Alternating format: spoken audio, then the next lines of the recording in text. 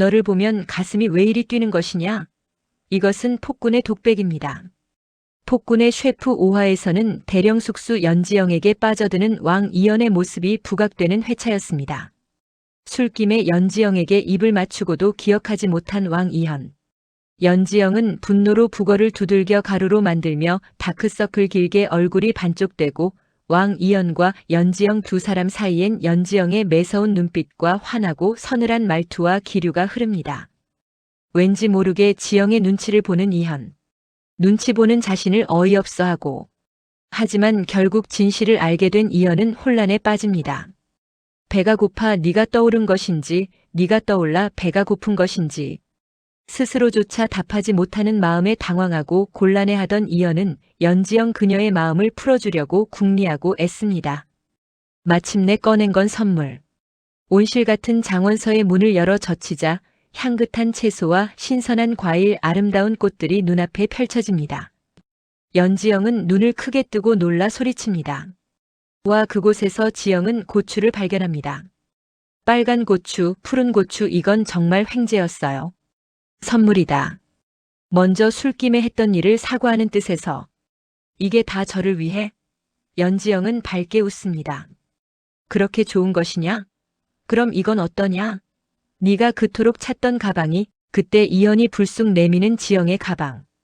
잃어버린 줄만 알았던 그녀의 소중한 물건이었죠.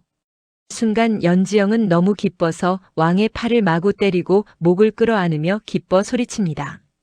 왕 이연은 기쁘고 쑥스럽고 당황하여 뒷걸음치다 넘어지면서 둘이 포개지고 둘의 놀랍고 달달한 표정이 이어지고 이 장면에서 연지영 유나는 어찌나 사랑스럽고 다채로운 표정을 짓는지요. 연지영을 바라보는 이연의 표정은 또 어떻고요. 장원서도 컬러풀하고 아기자기 너무 화사해서 보는 즐거움이 있네요. 두 커플을 바라보는 즐거움에 마음이 흐뭇합니다. 거처로 돌아온 왕은 망원록을 기록하면서 연지영을 생각합니다. 어떤 경우에도 밝고 경쟁하던 숙수들 마저 살려줄 정도로 어진 현숙한 여인이구나 하고 이연이 연지영을 떠올리며 그녀에게 빠져드는 장면입니다. 한편 후궁 강목주는 질투심에 불타올라 왕의 마음을 되돌리려고 직접 낫것상을 준비하며 이연의 마음을 흔들려 하지만 연지영이 내놓은 요리는 모두의 마음을 사로잡습니다. 겉은 바삭, 속은 쫄깃한 비프 슈니첼. 겉바속졸 그리고 고소함 가득한 우엉튀김. 심지어 제산대군까지 혀를 내두릅니다. 이 맛은 그리고 미색이 뛰어나고 두려움이 없는 말투까지 보통 여인이 아니라고 느낍니다. 이현 역시 연지영의 요리 철학과 음식 솜씨에 감동합니다. 두 사람의 인연은 그렇게 한 뼘 더 깊어집니다. 자신이 칭찬받으리라고 생각했던 후궁 강목주의 계략과 노력은 수포로 돌아가고 계략이 실패할수록 이들의 계략은 더욱 더 간악해지고 수라간 숙수에게 대령 숙수 연지영의 음식에 독을 타라고까지 지시하게 됩니다. 후궁의 질투와 부와 권력을 향한 궁궐 암투의 끝은 어디까지일까요? 내 앞길에 방해꾼이 없어질 때까지, 결국 상대방이 죽을 때까지 계속되는 것이겠죠? 6화에서 평화는 오래가지 않았습니다. 명나라 사신단이 조공 문제로 조선을 방문하여 궁궐을 찾은 것입니다. 태감 우고는 조선을 하대하듯 까다롭고 거만한 태도로 차갑게 미소 지으며 왕을 압박합니다. 왕 이연도 호락호락하지만은 않게 대응합니다. 그 사이에 대령 숙수 연지영이 명나라 사신단에게 마카롱을 만들어 선보이고 사신단은 그 맛에 놀라 감탄하는 장면이 나옵니다. 우리에게도 3명의 뛰어난 숙수가 있어. 조선의 숙수와 우리 명나라의 숙수 경합을 붙입시다. 만약 우리에게 지면 곡물은 배로 내셔야 할 겁니다. 연지영은 안 된다고 열심히 손짓을 보냈지만 이연은 명나라 숙수가 3명이니 우리도 3명의 숙수가 나가는 게 좋겠다고 말하고 단체전으로 번진 분위기는 피할 수 없는 승부를 만들어냅니다. 지면 대역죄인이 되는 자리. 갑자기 나한테 나라의 운명을 짊어지라고 하면 어쩌란 말이에요? 이연은 말합니다. 돌아가고 싶다면 반드시 이겨라. 연지영은 의지로 가득 차 마음을 굳힙니다. 이길 수밖에 없다. 그녀는 승부의 비책을 찾아 장원서로 향합니다.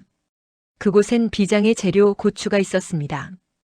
이걸로 명나라 숙수들에게 뜨거운 맛을 보여주마. 음식 재료를 찾고 고추를 빻으려고 방앗간을 찾아 궁박저작거리로 향한 두 사람. 처음으로 왕과 숙수가 아닌 한 쌍의 남녀로서 걷는 길이었습니다. 햇살이 부드럽게 내리쬐는 장터. 아이들의 웃음소리, 상인들의 흥겨운 외침 사이에 연지영은 망원록에 매달려 있던 놀이개를 발견하고 신기하게 바라봅니다. 저작거리의 수많은 사람들 속 두 사람만의 시간이 달콤하게 흐릅니다. 왕과 셰프가 아닌 그저 남자와 여자로.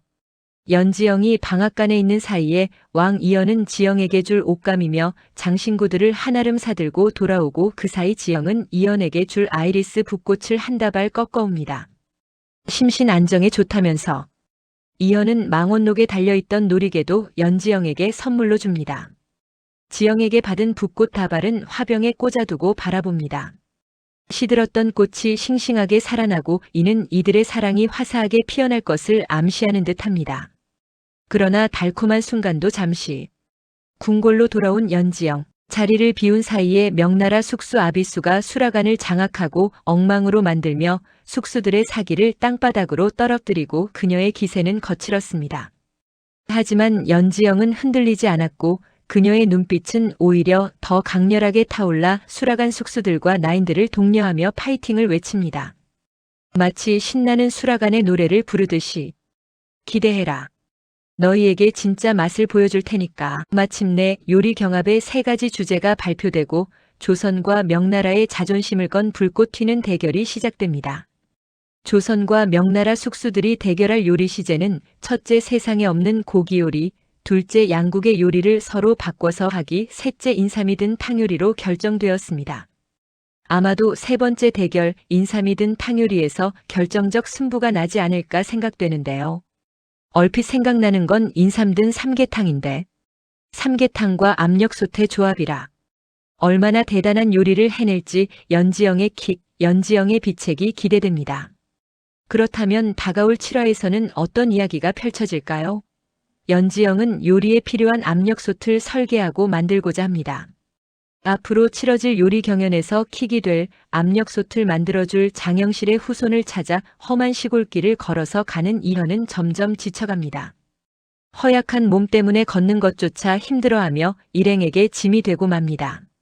그 모습을 지켜보는 연지영의 마음은 그런 왕이 안쓰럽기도 하고 동시에 실망스럽기도 하고 심란합니다. 장영실 후손의 집에서는 경솔하게 행동해서 설치해 놓은 대포가 발포되려 불을 뿜기도 합니다. 아, 진상. 진상 맞네. 겉으로는 애써 미소를 짓지만 속으로는 끊임없이 투덜거립니다. 그녀의 시선은 날카롭고 이현은 이유를 몰라 어리둥절합니다. 한편 이미 떠날 때부터 철저히 준비된 계략인데도 명나라 숙수들은 더욱 치밀한 전략을 세워가고 사신단의 압박은 점점 거세져 요리 대결로서 한판승을 노리게 됩니다. 왕 이현과 반대편에 있는 제산대군과 대신들은 사신단과 한패가 되고 조선이 지는 쪽에 서게 됩니다. 조선의 운명이 걸린 요리 대결, 과연 연지영은 명나라 숙수들에게서 승리를 거머쥘 수 있을까요? 그리고 연지영과 왕 이현과의 사이에 시작된 미묘한 감정은 사랑으로 이어질 수 있을까요? 그러는 동안에 제산대군 휘하의 군사들은 왕이 궁 밖으로 나간 이 기회를 놓치지 않고 왕 일행에게 자객들을 보내 공격합니다. 그런데 그 공격 대상은 왕이 아니라 대령숙수였지요. 요리 대결에서 명나라에게 지게 하려는 속셈에서 대령숙수를 없애려는 음모였어요. 자객의 칼에 대령숙수 연지영은 땅에 쓰러지고 이현은 외칩니다. 연숙수. 대령숙수 연지영은 이 위기를 극복하고 살아날 수 있을까요? 권력과 음모, 사랑과 질투, 위기에 빠진 대령숙수, 그리고 손에 땀을 쥐게 하는 요리 대결. 한치 앞을 예측할 수 없는 드라마 폭군의 셰프. 다음 이야기를 절대 놓치지 마세요. 다음 이야기가 궁금하시면 좋아요, 구독, 알림 설정 부탁드려요.